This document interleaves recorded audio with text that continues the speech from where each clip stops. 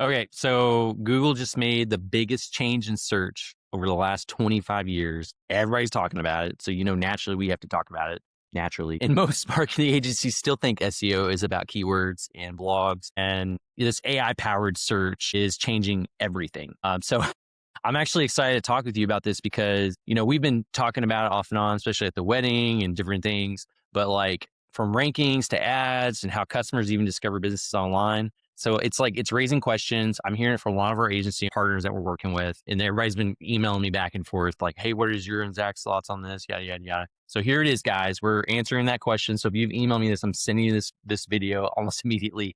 But the question is, are agencies about to lose traffic, or is this the biggest opportunity we've seen in years?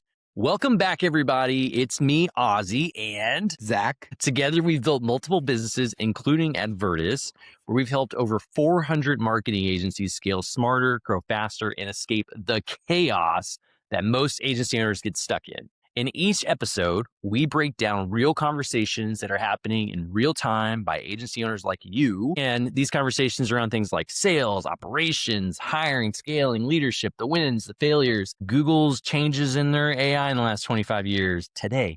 And so today, that's what we're chatting about. And I think it's pretty much the main topic on everybody's plate in this industry right now from that Google I/O conference. And let's just say it, Google changed search forever. And so obviously they're trying to get on the bandwagon with AI. Basically, the main point is Google's moving away from these traditional 10 blue links, and we're looking towards more AI generated answers and conversational search. So yeah, Zach, let's dive into this. I know you're excited to talk about this because we've been talking about it nonstop. Yeah, it's the topic that every agency is asking, every client who's keeping up with digital marketing is wondering about. And like most things, there's nuances, right? And Yeah. obviously there's going to be a lag here. It seems like what hits digital marketing agencies kind of doesn't hit the rest of the market till 6 months, 12 months, 24 months later, just depending. But it's coming and people are already asking about it, and it's already affecting us and our 400 agency partners. Well, it's fun. What's fair is it's been around already. AI Max has been around. It's just they talked about it at this conference. Now it's made, national news. It's nothing that we haven't already been seeing and been preparing for, especially when Yep. you're trying to rank in like large language models itself in general. Search is definitely like Google's just transitioning to be more like chat, to where it's more Yep. user friendly. And I have ideas of why and how it's going to be beneficial to them. We'll talk about that. I'm sure you have plenty of ideas on that. But like because they announced this big shift, like multi-module search, like text, voice, images, video all matter now. And that's what's going to be interesting in this conversation is like, how's that going to affect traditional SEO? How's it going to affect paid ads? And is this like the death of keywords, right? Because I think that's probably that's been the common question I've been getting asked is like, is this the death of keywords? And so I don't know. I think exact match keyword is dying perhaps, but we're going to be talking more on like conversational, intent, I think is probably the best way to put this. What are your thoughts? Yeah. So are keywords dying? And the answer is, to a degree, I would say they're dying in terms of how we use them, right? So you think about a traditional Google page search, right? Mm-hmm. When you type something in like how much does a roof cost? Pretty simple. We usually get the 10 blue links, and one is like roof pricing, and one is like roof estimations, and one is click here to find out how much your roof should cost, things like that, roof calculator, stuff like that. And that was fine for a while, but what Google has essentially done is it said, look, your website is really trying hard to focus on how much do roofs cost as a key phrase, right? Mm-hmm. But now Google and, the other large language models, the other AI like ChatGPT, Gemini, Perplexity, Claude, et cetera, Grok, like all of them are trying All of to them. answer that question without forcing the user to go to a website or go to a separate source, right? So they're Mm-hmm. aggregating all the information. One could say plagiarizing it, but they're aggregating all the information from all these different websites who have already answered how much does a roof cost and already ranks well for it. And then they're using the large language model to create an answer that sounds, good enough, that sounds accurate, that sounds pretty persuasive and convincing. And then they're just shoving that on the first page of Google under the AI overview, which will soon be like, that's how search will be. It'll just be an AI overview. Well, and to be fair, it's becoming more interactive, right? And I think that's part of Yes. the benefit here for us marketers is that yes, even when you're doing keyword research in the past, you're always thinking, well, what is the end user going to be searching for as far in as relevance to keywords? And Yep. so now it's going to be based on intent, and it's kind of the same conversation point. The only difference is Yes. it's forcing old strategies of trying to rank for keywords to having more relevant context in the actual content itself. So Yep. like I think personally, this is a big benefit for marketers because it's forcing these BS marketers. They're out here trying to just, guerrilla market their way through everything. It's not going to work like that anymore. You're actually going to have to put time and effort into the content and Yeah. clarity, Yeah. expertise, and trust. Because at the end of the day, and this is true, when you're searching how much does a roof cost, it's a loaded question. It's a It's loaded such a load. question. Well, it's like, I don't know how big your house is, and depends on where you live, and depends on this, and people are scared to give an estimate. Hmm. But here's a good example, the two pieces of content that will win. One is considered a non-commodity content, right? And Hmm. one is considered commodity. The idea of commodity is that this article and what it's saying has probably been rewritten 1,000 different ways on 1,000 different websites. So it's not offering anything new in terms of content, right, for the search engines or the large language models to pull. Non-commodity is basically saying unique, right? Not as Hmm. much of. So both will have a blog that'll say, how much do roofs cost? Well, it really depends on square footage and location and size. And we think this, but we have estimates anywhere from this much money to this much money for these seasons. And it's like, okay, great. The other non-commodity article will say, on average, if you are spending less than this much money, you are getting a bad roof. And that will Yeah. be an expert opinion from the owner of the roof company. Whoa, already that's a little bit more unique. And that just kind of flat out answers the question from if you were asking your buddy who worked in the roofing industry, just give me a ballpark. Yeah. What would be too little? So A, expert opinions. B, they can go down and then you keep reading and saying, well, in our experience, we've actually quoted these roofs for these houses. And then you start listing out case studies. Yep. We had a house that was a 3-bedroom, 2-bathroom house that was in the Northern Highlands. That was, right across the river. And you're like, that price was this. Boom. Right. And then you start listing out other homes and other prices. And these are real case studies of real houses that you've quoted in the past. Right. Hmm. That piece of content will a million times get prioritized, sourced, and regurgitated in the large language models versus something that's just like the estimations and it really depends and it really depends and it really depends. But if you actually give expert opinions and case studies and real world examples, the article's not promising that your house will be the same as another person's house. Everyone understands that, right? The idea that you go to a website and it's like, well, your price says this.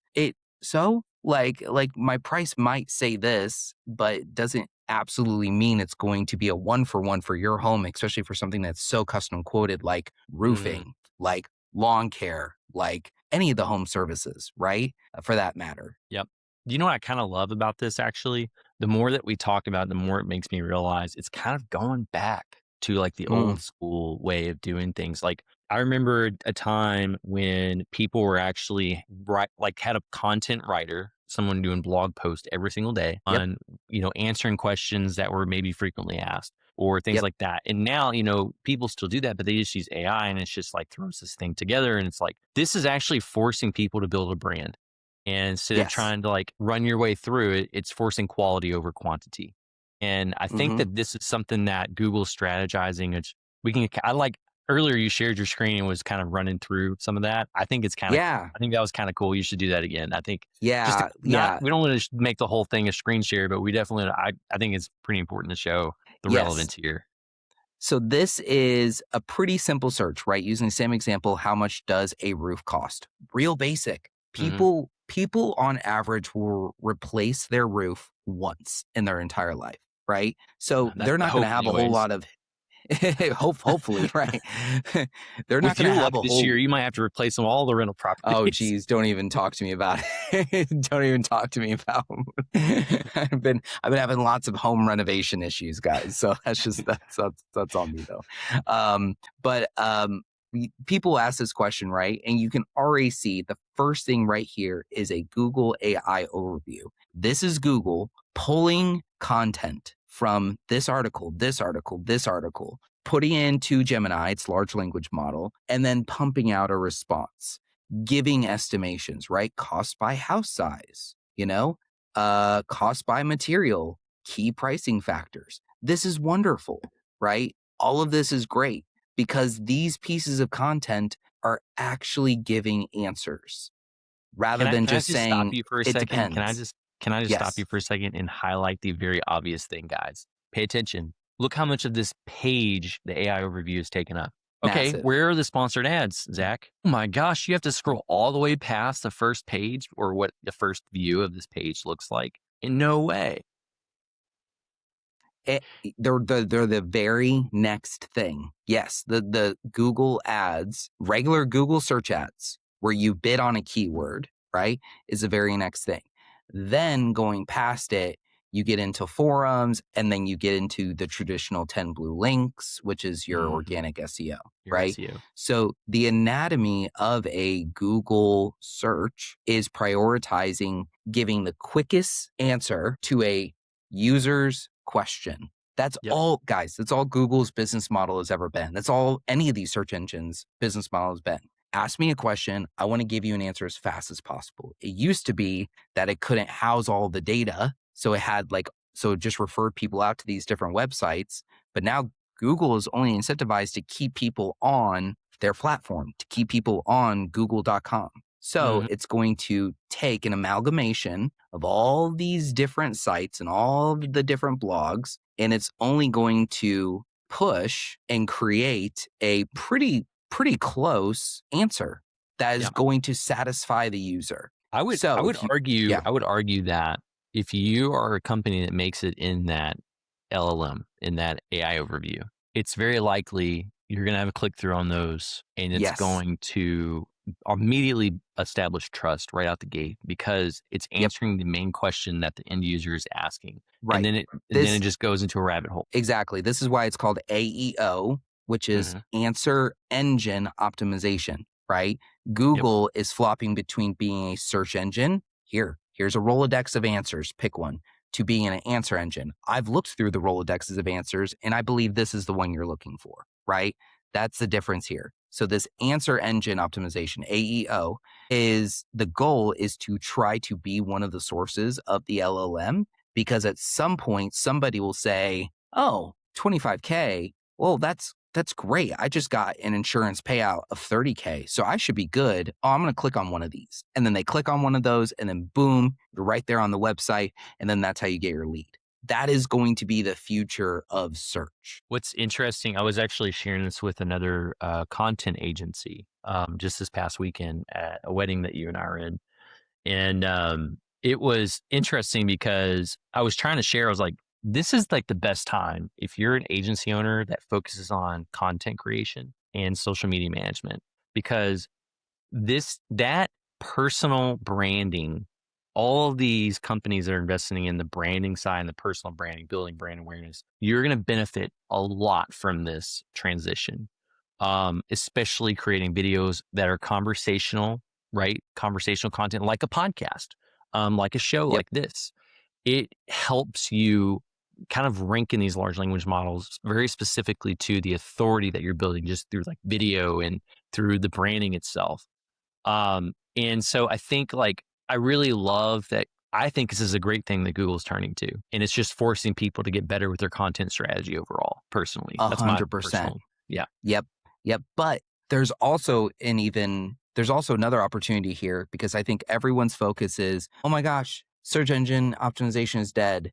And now we need to go to answer engine optimization and how do we switch everything and keywords are dead and yada yada yada. And it's like, Mm-mm. not necessarily, first off, no. And secondly, It's just evolving, but you can still keep your blue link. Like if you are an agency right now, and if you think to yourself, I have a client that if they Google themselves, whatever keyword it is, and if they don't show up as one of the first results, the first 5 results in Google, I don't care if it's an AI overview, I don't care if it's if it's a local service ad, I don't care if it's a Google Maps, I don't care what it is. He just needs to show up in the first 5. Every client Otherwise, out he'll there, by the way, fire me. every single client out there. AKA every single client out there, then you can still keep that. You just have to pay for it. That's right. That's all. That's all. Google says, Just we want you to pay to play. No way.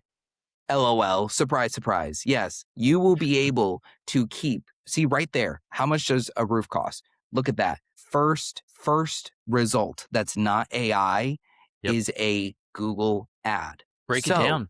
Yeah, break it down. If you want a blue link, you want to keep the blue link that's right here, right? And you still want to be there at the top, and you want to still promise that to your clients, you can't just get by and not advertise. You have to advertise now, right? If you want to cut through this, okay? If you have clients getting mad at you that their traffic has decreased by 30% because a client is getting the answer, how much does a roof cost?